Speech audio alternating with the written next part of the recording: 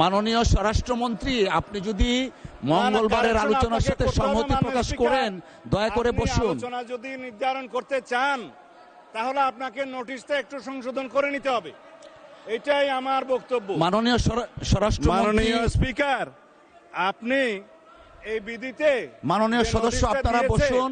সেটা আপনি আগে সংশোধন করেন। মাননীয় সদস্যবৃন্দ আপনারা বসুন। মাননীয় স্বরাষ্ট্রমন্ত্রী আপনিও বসুন।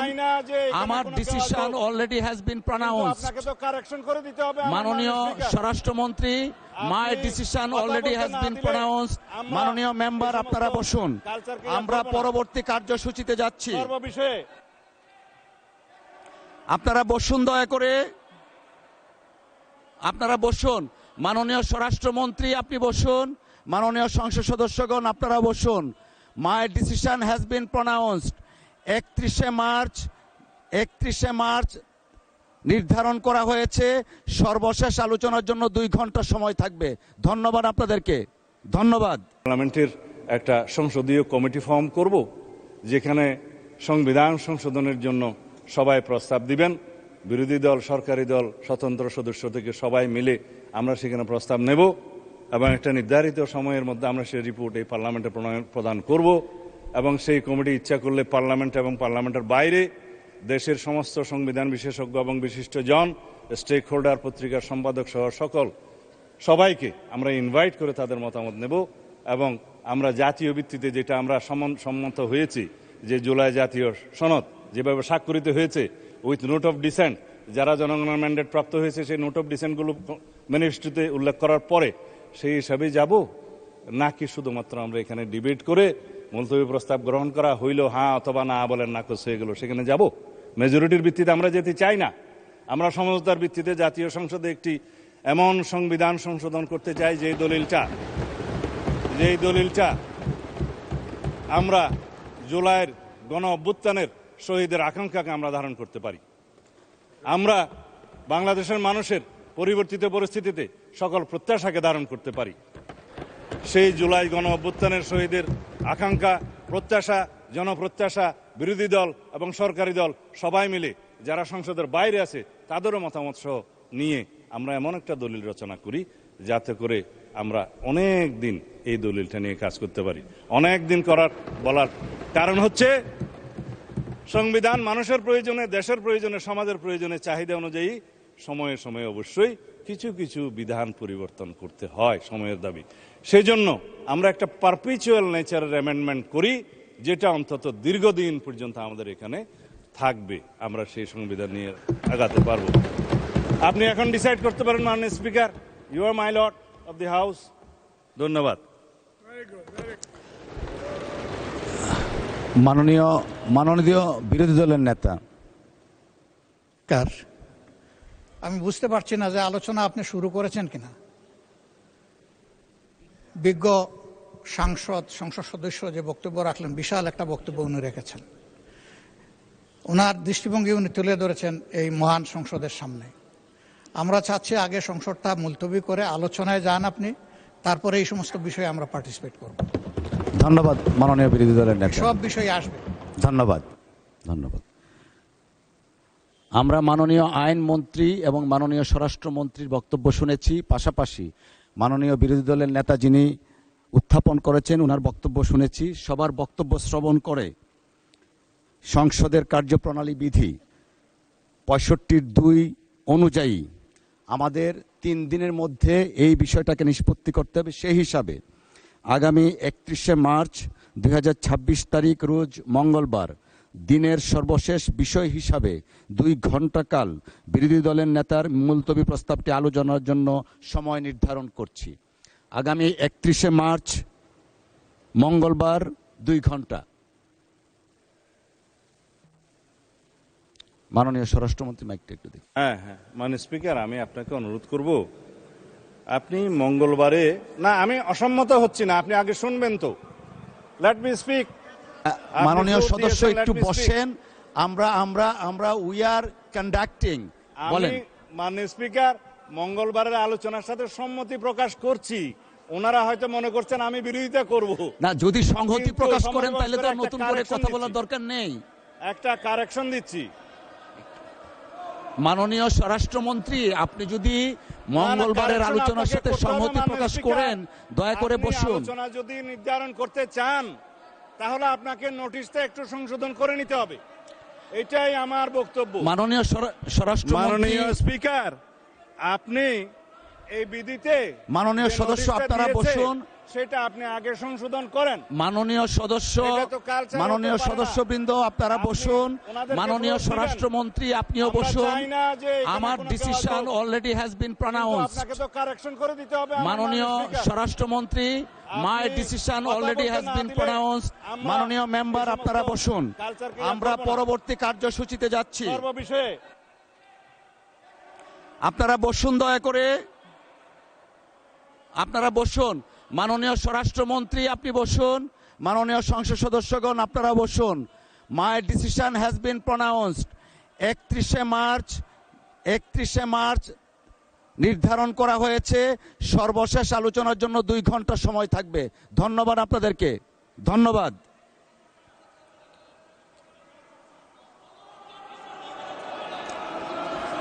মাননীয় স্বরাষ্ট্রমন্ত্রী, আপনি বসুন দয়া করে। মাননীয় সংসদ সদস্যবৃন্দ, আপনারা বসুন। এরপরেরটা কি আছে? হ্যাঁ, এটা। মাননীয় বিরোধী দলের নেতা, আমরা অলরেডি জানিয়ে দিয়েছি 31শে মার্চ অনুষ্ঠিত হচ্ছে। দয়া করে বসেন, আমরা পরবর্তী কার্যপ্রণালীতে যেতে চাচ্ছি। মাননীয় বিরোধী দলের নেতার মাইকটা একটু দেখি। না, আমি বলছিলাম যে আপনি রুলিং দেওয়ার পরে এই বিষয়ের উপরে আর কোনো কথা চলে না। ধন্যবাদ, আপনি আপনার ধন্যবাদ জায়গায় মাননীয় থাকেন, বিরোধী দলের আমরা নেতা, আপনি আপনার দয়া সাথে করে আছি। বসুন। আমি আবারও উল্লেখ করছি, আগামী 31শে মার্চ রোজ মঙ্গলবার দিনের সর্বশেষ বিষয় হিসাবে 2 ঘণ্টাকাল বিরোধী দলের নেতার মুলতবি প্রস্তাবটি আলোচনার জন্য সময় নির্ধারণ করা হলো। ধন্যবাদ। আমরা পরবর্তী কার্যসূচিতে যাচ্ছি।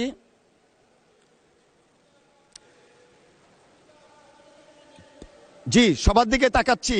পরবর্তী কার্যসূচি, আরেকটা মুলতবি প্রস্তাব আছে। আপনারা দয়া করে বসুন, আমি পরবর্তীতে যাচ্ছি। Ruling has been passed. দয়া করে বসুন আপনারা, মাননীয় সদস্যবৃন্দ, দয়া করে বসুন।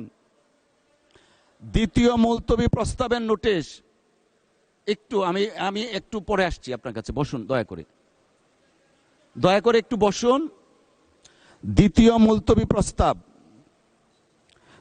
মুলতবি প্রস্তাবের নোটিশটি দিয়েছেন মাননীয় সংসদ সদস্য জনাব মোহাম্মদ নাজিবুর রহমান, পাবনা 1 থেকে নির্বাচিত।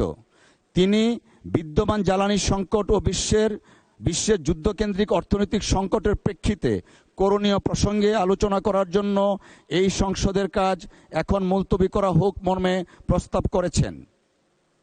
এই বিষয়ে বিধি 63E অনুযায়ী প্রস্তাবটি আজকের মতো গ্রহণ করা গেল না বলে আমি আন্তরিকভাবে দুঃখিত।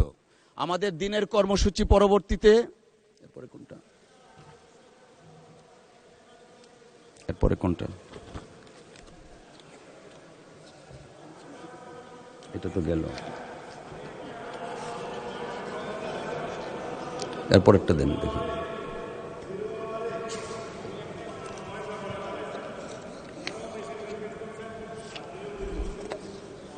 এটা না?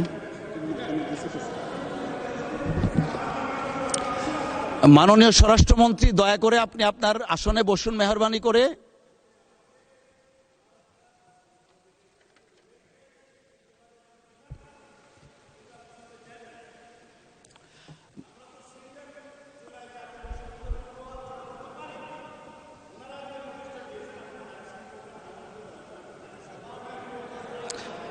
মাননীয় মন্ত্রী মহোদয়, আপনি বসুন দয়া করে।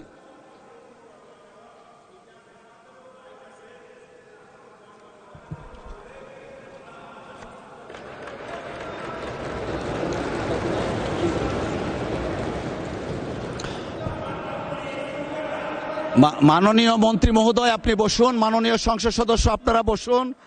আমরা দিনের পরবর্তী কার্যসূচিতে যাচ্ছি। আমাদের এই বিষয়টা সেটেলড হয়ে গেছে। মাননীয় আইনমন্ত্রী মহোদয় আহ্বান জানিয়েছেন এবং ওনারা প্রস্তুত আছেন। উনি কয়েকটা বইয়ের রেফারেন্স দিয়েছেন। আমি অফিসকে নির্দেশনা দিচ্ছি সেই বইগুলো অ্যাভেলেবল রাখার জন্য। আমরা দিনের পরবর্তী কার্যসূচি রাষ্ট্রপতি ভাষণ সম্পর্কিত আনিত। মাননীয় স্বরাষ্ট্রমন্ত্রী মহোদয়, মেহেরবানি করে আপনি আপনার আসনে বসুন।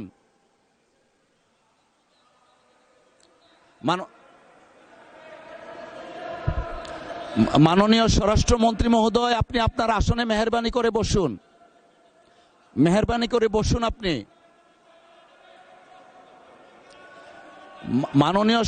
মাননীয় স্বরাষ্ট্রমন্ত্রী মহোদয়, আপনি বসুন। মাননীয় সংসদ সদস্য আপনারা বসুন। The matter already been decided এবং আমি একটা সময় নির্ধারণ করে দিয়েছি। আমরা পরবর্তী কার্যসূচিতে যাচ্ছি। রাষ্ট্রপতির ভাষণ সম্পর্কে আনিত ধন্যবাদ প্রস্তাবের উপর আলোচনা। মাননীয় সদস্যবৃন্দ, দিনের কার্যসূচি অনুযায়ী এখন মহামান্য রাষ্ট্রপতির ভাষণ সম্পর্কে আনিত ধন্যবাদ প্রস্তাবের উপর আলোচনা।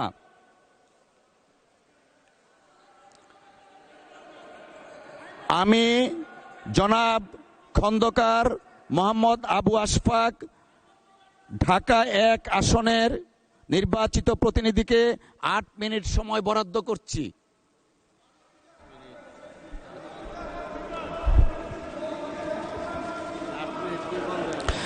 দয়া করে আপনারা বসুন। দয়া করে বসুন। মাননীয় চিফ হুইপ, আপনি একটু বসুন দয়া করে। খন্দকার আবু আশফাক, মাননীয় সংসদ সদস্য, আপনার সময় 8 মিনিট। বিসমিল্লাহির রহমানির রহিম। আমি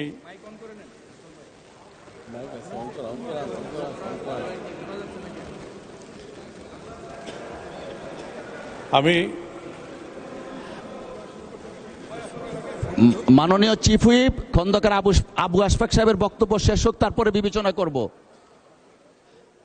অলরেডি হি হ্যাজ স্টার্টেড, আমরা ইন্টারাপ্ট না করি।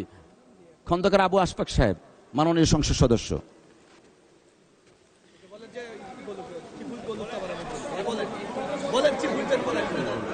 আমাদের চিফ হুইপ সাহেব শেষ করুক, তারপর আমি বলি। মাননীয় চিফ হুইপ। মাননীয় স্পিকার,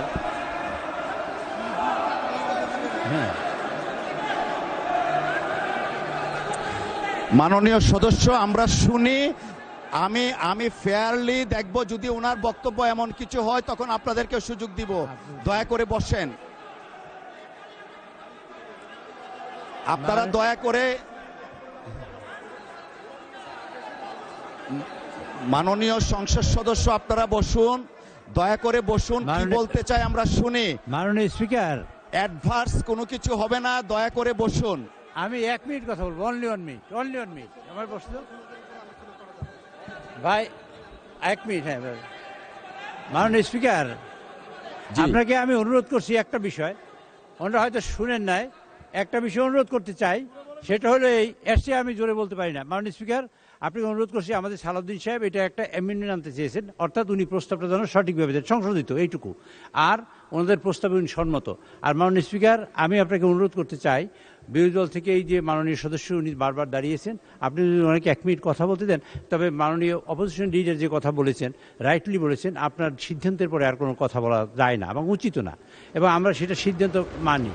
তো সেইখানে আমি বলছি যে একটু সংবিধানের একটু প্রস্তাবটা একটু সংশোধন আনা দরকার, সেইটা আপনি আনেন যাতে আলোচনাটা সহজ হয়। নাহলে এই প্রস্তাবটা ভুল থেকে গেলে প্রবলেম হয়ে যাবে মানুষ করে। এইটুকুই আমাদের আবেদন এবং এইটুকুই আমাদের মাননীয় স্বরাষ্ট্রমন্ত্রী এই কথাটুকুই বলতে চেয়েছেন। আর জি আচ্ছা আচ্ছা, এবং মাননীয় স্বরাষ্ট্রমন্ত্রী বলতে যাচ্ছেন যে জুলাই সনদ নিয়ে আমরা দীর্ঘমেয়াদী থ্রেড বেয়ার ডিসকাশন করব এবং পরবর্তীতে যাতে সংবিধান সংশোধন করা যায় এমন পর্যায়ে আমরা যাব যে সবাই বিরোধী দল এবং সবাই আমরা যারা আছি এবং স্বতন্ত্র যারা আছেন, অন্য অন্য দলে আছেন, সবাই ঐক্যমতের ভিত্তিতে একটা সিদ্ধান্তে আসতে চাই। এবং আমাদের বিরোধী দলের নেতা রাইটলি বলেছেন যে আপনি সিদ্ধান্ত দেওয়ার পরে অ্যাকচুয়ালি আর কোনো আলোচনা চলে না। তবে সেই ক্ষেত্রে শুধুমাত্র একটু বক্তব্য এইটুকু যে ওইটা প্রস্তাবটা যেন সংশোধিত আকারে আসে। ধন্যবাদ মাননীয় চিফ হুইপ। আমি খন্দকার আবু আশফাক সাহেব আপনার অসমাপ্ত বক্তব্য সমাপ্ত করার জন্য অনুরোধ জানাচ্ছি। দেখো, মাননীয় বিরোধী দলের নেতা,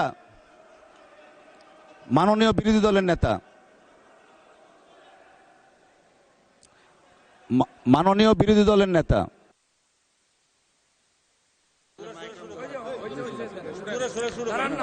মাননীয় বিরোধী দলের নেতার মাইকটা দয়া করে অন করুন প্লিজ। জি, ধন্যবাদ আপনাকে। আসলে রুলিং দেওয়ার পরে বাকি যারা কথা বলেছেন, আপনি যদি এজেন্ডা রিওপেন করতেন তাইলে বলতে পারতেন। আপনি তো রিওপেন করেন নাই, আপনি রুলিং এর জায়গায় আছেন। তো আমি অনুরোধ করব যে আপনি আজকে আপনার উদ্বোধনী বক্তব্যে বলেছেন যে আপনি জাস্টিস করবেন, আপনি নিউট্রাল থাকবেন। এই দিক থেকে আমাদের চিফ হুইপ বারবার চেষ্টা করছিল একটা কথা বলার, সে কিন্তু সুযোগ পাচ্ছে না। আপনি দেন, আবু আশফাক সাহেবকে দেওয়ার পরে ওনার কথাটা মেহরবানি করে শুনবেন, এটা আমার অনুরোধ।